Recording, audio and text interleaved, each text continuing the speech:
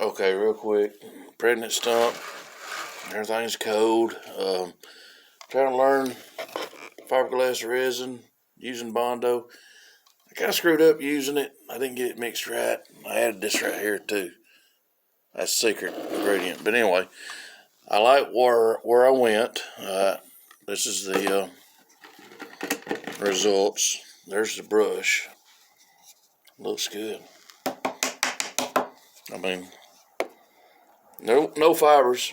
I just wanted to try something to add to my plaster gauze. Like I said, I had trouble with it curing because of the cold weather, and like I said, I didn't mix it right off the bat. But I see good results. Look how thick that is right in there. That's good and thick. That's gonna be nice. I don't know what you're seeing, but once I get through playing, I'll let you know more.